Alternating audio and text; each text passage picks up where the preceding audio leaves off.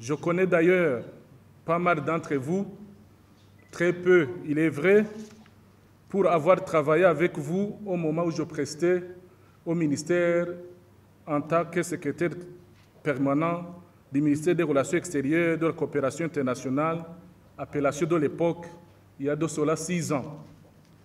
Aux uns et aux autres, je vous souhaite les meilleurs vœux de succès, de bonheur dans vos fonctions respectives et un excellent séjour dans notre beau pays, le Burundi. Excellences, Mesdames, Messieurs, la période que vous venez de passer au Burundi vous a permis de vous rendre personnellement compte de l'évolution politique dans notre pays, en particulier les pas franchis dans la consolidation de la démocratie, de la paix et de l'édification de l'État de droit. Vous aurez constaté de visu la réussite des élections justes, libres, démocratiques, transparentes, pacifiques et apaisées cette année, ainsi que l'installation des institutions démocratiquement élues dans notre pays, de la base au sommet. Nous nous réjouissons particulièrement de la réussite de ce processus électoral qui a pu être mené dans la paix et dans la liberté, caractéristique du pas franchi par les Burundais sur la voie de la démocratie. Le bon déroulement de ces élections a rassuré sur les défis sécuritaires, politiques et organisationnels qui inquiétaient certains partenaires internationaux à la veille des élections. Les Burundais ont jeté, telle une flèche, tous les pronostics apocalyptiques qui ont précédé notre transition politique et historique, exemplaire dans la région et en Afrique. L'observation des élections qu'un certain d'entre vous avaient pu assurer ont fait que des élections ont été une réussite dont les résultats ont coupé court avec toute spéculation politicienne et oiseuse. Aujourd'hui, les institutions issues de ces élections libres et démocratiques sont à pied d'œuvre, heureusement de la volonté du choix du peuple burundais.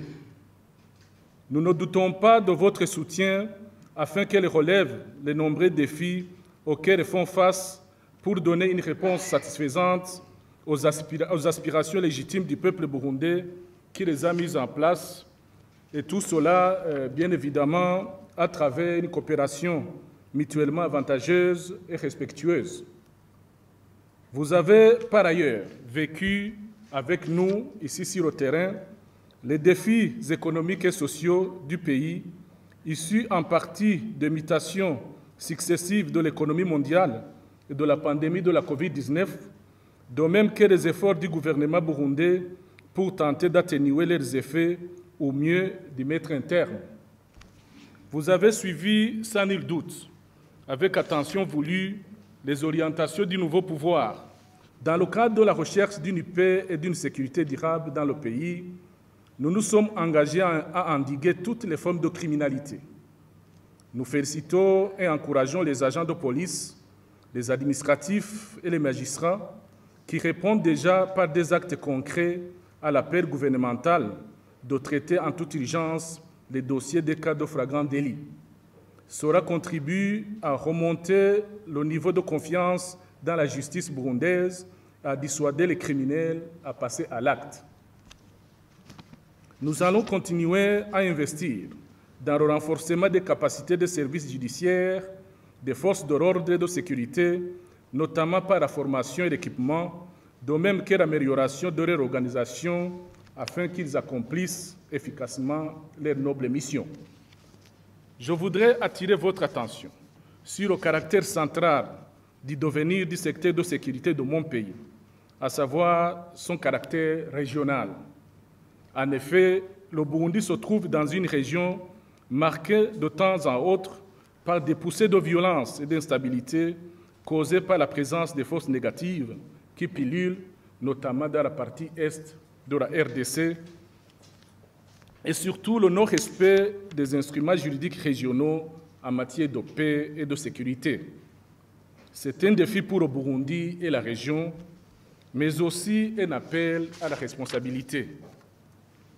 Le gouvernement du Burundi soutient fortement l'idée que le développement économique poursuivi par les ensembles régionaux nécessite un travail constant pour le maintien de la paix et de la sécurité dans chaque pays de la sous-région. Aussi, les initiatives que le Burundi prend viennent du sentiment profond que les Africains doivent être en mesure de faire face à leurs défis, aux problèmes africains, des solutions africaines. C'est pourquoi nous apportons notre plein appui à l'opérationnalisation de l'architecture de paix et de sécurité de l'Union africaine en vue d'une coopération régionale beaucoup plus dynamique pour résoudre efficacement nos propres conflits sur le continent africain. Le Burundi déploiera tous les moyens à sa disposition pour apporter sa coopération aux pays amis en vue de renforcer le partenariat pour lutter contre les différentes sources d'insécurité dans le monde, dont l'instabilité politique, le terrorisme, l'extrémisme violent, la piraterie et le crime transnational. C'est dans ce contexte que mon pays, le Burundi, a mis à la disposition de l'Organisation des Nations Unies et de la Commission de l'Union africaine des contingents militaires pour contribuer au rétablissement et au maintien de la paix et de la sécurité, notamment en Somalie et en République centrafricaine. Durant toutes ces interventions pour la paix, le Burundi a investi beaucoup, vous le savez très bien, mais aussi a subi des pertes en vies humaines. Le peuple burundais sait néanmoins que la paix n'a pas de prix, comme la vie, la liberté, l'honneur et la dignité.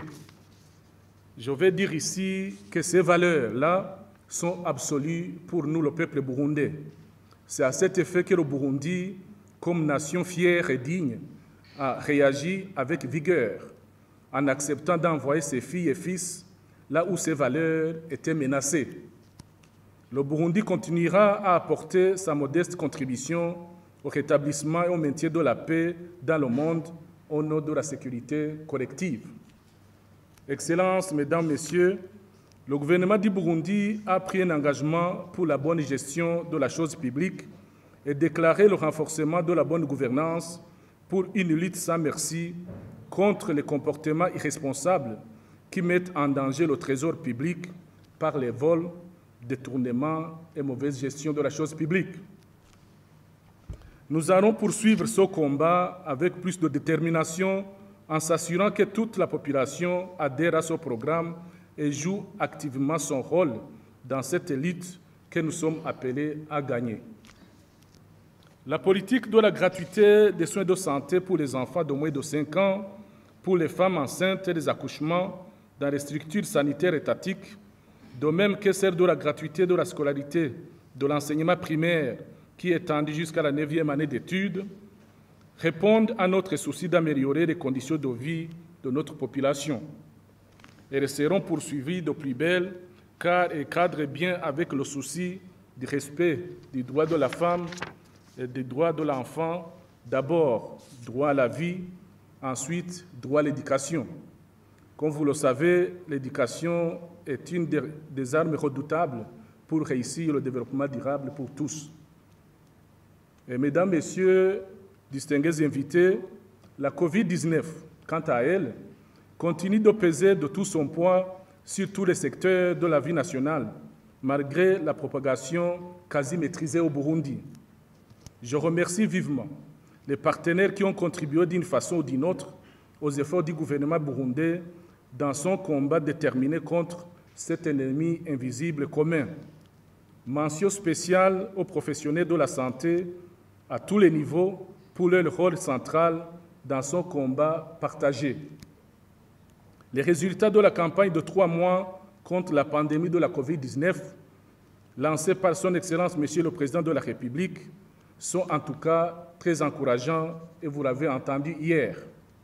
Cependant, malgré les progrès significatifs enregistrés dans la lutte contre cette pandémie, l'ennemi est toujours présent parmi nous et il faut redoubler de vigilance et intensifier notre lutte commune pour défaire cet ennemi partagé.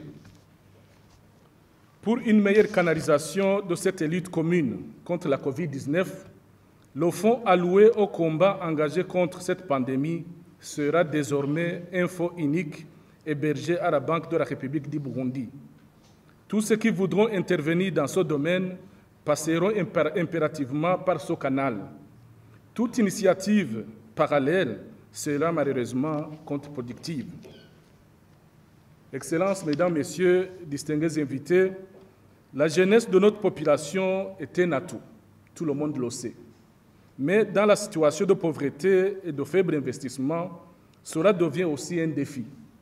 Le gouvernement burundais est à la recherche de toutes les solutions efficaces possibles pour mobiliser la jeunesse pour le travail productif.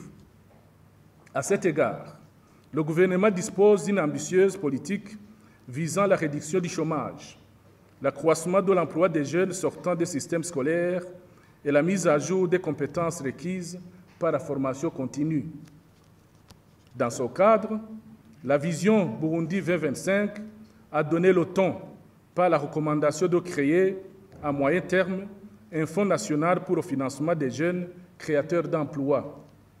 Ainsi, la Banque d'investissement des jeunes, BIJ, a ouvert ses portes et des mouvements coopératifs ont vu le jour et continuent de se multiplier à travers tout le pays avec l'encadrement et l'appui technique et financier du gouvernement burundais. Excellences, Mesdames, Messieurs, distingués invités, en matière de développement socio-économique, permettez-moi de vous redire la vision commune de notre pays que nous, le peuple burundais, avons construite à l'horizon de l'année 25. Je cite la vision Burundi 2025. En 2025, le Burundi est une nation unie, solidaire et en paix, un pays bâti sur la société de droit avec un patrimoine culturel riche, une économie prospère au service du bien-être de tous. Fin de citation. À travers le plan national de développement du Burundi, étalé sur 10 ans, 2018-2027, le peuple burundais s'est offert un programme très ambitieux pour des actions phares en faveur du développement socio-économique de notre pays. Une attention particulière est portée au domaine de l'agriculture et de l'élevage, de l'environnement, de l'éducation et de formation, notamment la formation professionnelle et l'enseignement des métiers, de l'énergie, des nouvelles technologies de l'information, de la communication et des mines. Nous sommes conscients au Burundi que la pauvreté n'est pas une fatalité, que l'aide internationale que nous recevons par moment doit surtout venir qu'en appui à nos efforts nationaux. Nous travaillons ardemment à cette fin en actionnant toutes les ressources possibles pour mettre en œuvre les projets et programmes du Plan national de développement que nous avons conçus nous-mêmes en tant que peuple fier et digne. Reconstruire un pays qui a connu des périodes de crise successives, le rendre de nouveau viable, n'est pas une tâche plus aisée. Il s'agit, Mesdames, Messieurs, d'un processus évolutif qui exige beaucoup de patience, mais aussi de courage et de détermination. Nous sommes confiants que nous y parviendrons, sous le leadership éclairé de Son Excellence, Monsieur le Président de la République. Nous y parviendrons parce que la volonté politique, qui est l'alpha et l'oméga du succès à la matière, est plus forte que jamais. Nous y parviendrons parce que nous nous sommes donné le cadre logique de notre démarche. La vision 2025, le plan national de développement 2018-2027, la stratégie nationale de bonne gouvernance de lutte contre la corruption, le discours-programme du président de la République et que sais-je encore. Nous y parviendrons en outre parce que vous, les partenaires du Burundi, fidèles et efficaces, vous nous encouragez par votre accompagnement à travers vos appuis multidimensionnels et multiformes. Nous y parviendrons enfin parce que nous, peuple burundais, nous y croyons. Excellences, Mesdames, Messieurs, distingués invités, nous sommes fiers des relations cordiales que nous entretenons de manière générale avec les pays de la région des Grands Lacs africains. Nous avons compris au sein de cette région que le dialogue et la concertation doivent prévaloir chaque fois que de besoin. Ainsi s'inscrit-elle dans cette logique la visite que ma collègue des Affaires étrangères de la RDC a effectuée au Burundi au début de cette semaine. Nous allons renforcer davantage ces relations parce que nous sommes convaincus que la cohabitation harmonieuse est la seule voie qui vaille pour une paix et une sécurité durable dans la région et dans le monde entier. C'est aussi la condition sine qua non pour réussir un développement harmonieux et inclusif pour tous. Excellences, Mesdames, Messieurs, distingués invités, dans le secteur de l'intégration régionale, le Burundi compte améliorer et développer davantage sa participation active aux organisations sous-régionales et régionales auxquelles il a adhéré, tant qu'elles constitueront une garantie de la paix et de la sécurité collective, ainsi qu'un véritable levier de développement pour tous. S'agissant de nos relations internationales, Excellences, Mesdames, Messieurs, je voudrais redire la détermination du gouvernement du Burundi à œuvrer ensemble avec vous tous pour la promotion d'un partenariat mutuellement avantageux dans le respect de la souveraineté nationale du Burundi, de la dignité et des droits de tout un chacun.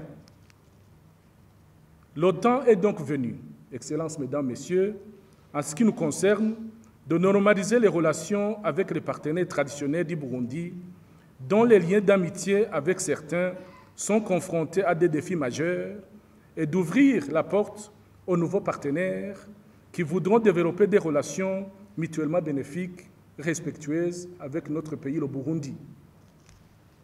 Le partenariat fructueux et enrichissant que nous souhaitons construire avec vous devra aborder la question de la relance de ces liens avec un esprit d'ouverture, de compréhension, d'amitié, de solidarité, de confiance mutuelle qui ont toujours caractérisé nos relations.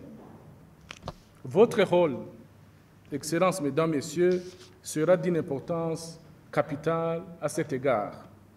Je vous exhorte à cet effet à rapporter, à témoigner la vraie réalité sur le Burundi, car votre franchise, votre sincérité, votre bonne foi peuvent contribuer sensiblement au retrait du Burundi de l'agenda du Conseil de sécurité des Nations Unies et à la levée des sanctions unilatérales, immorales et injustement imposées au Burundi par certains partenaires qui se reconnaîtront.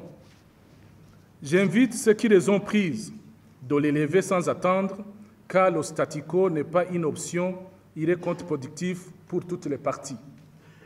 Si ces sanctions injustes, immorales et illégales se poursuivent, le Burundi pourrait à son tour recourir en dernier ressort au principe de la réciprocité. Pour sa part, le ministère des Affaires étrangères et de la coopération au développement vous promet une collaboration pleine et entière pour que vous puissiez accomplir aisément vos missions respectives dans notre beau pays, le Burundi. Dans ce cadre, Mesdames, Messieurs, je souhaite porter à votre connaissance que le ministère des Affaires étrangères et de la coopération au développement vient de connaître une légère restructuration interne par la mise en place de deux nouvelles directions, à savoir la direction de la promotion de l'emploi des migrants et la direction des affaires consulaires. La direction de la promotion de l'emploi des migrants est chargée de la protection des intérêts des travailleurs migrants burundais et sera coiffée par la direction générale de la diaspora, de la promotion de l'emploi des migrants, des ONG et associations sans but lucratif étrangères. La direction des affaires consulaires, quant à elle, s'occupera de la coordination et du suivi de toutes les activités consulaires et reste sous la tutelle administrative directe de la Direction générale du protocole et des affaires consulaires, qui change elle-même d'appellation car elle est amputée de la Direction des affaires juridiques, désormais attachée au cabinet du ministre. Excellences, Mesdames, Messieurs, distingués invités, j'aimerais, avant de terminer mon propos, aborder une question de préoccupation au niveau des services publics burundais qui concerne certaines de vos missions diplomatiques et organisations internationales. Depuis quelques années, en effet, nous observons une augmentation injustifiée des plaintes déposées au ministère ayant les affaires étrangères dans ses attributions par des nationaux burundais ayant servi dans vos missions et organisations pour demander d'intercéder afin que la justice les soit faite. La plupart des litiges entre vos missions et les engagés locaux ont trait notamment au contrat de travail, à leur interprétation et à leur gestion. Je vous exhorte donc d'interpréter correctement et positivement le contenu de la Convention de Vienne de 1961 sur les relations diplomatiques que tout le monde connaît, des accords de siège, notamment en ce qui concerne la gestion parfois abusive, il faut le dire, des privilèges et immunités diplomatiques ici chez nous au Burundi. Cela éviterait les désagréments actuels qui vont malheureusement jusqu'aux appels au procès. Pour conclure, Excellences, Mesdames, Messieurs, je vous réitère notre attachement aux principes de la Charte des Nations Unies, aux valeurs partagées visant à rendre le monde que nous vivons plus juste, plus solidaire, plus respectueux de l'environnement en général et de la terre nourricière en particulier. Pour ceux qui veulent cheminer avec nous, vous avez en face de vous un partenaire fiable. Le Burundi est un partenaire fiable, honnête, fidèle à l'amitié sincère entre les peuples. Je vous remercie de votre aimable attention.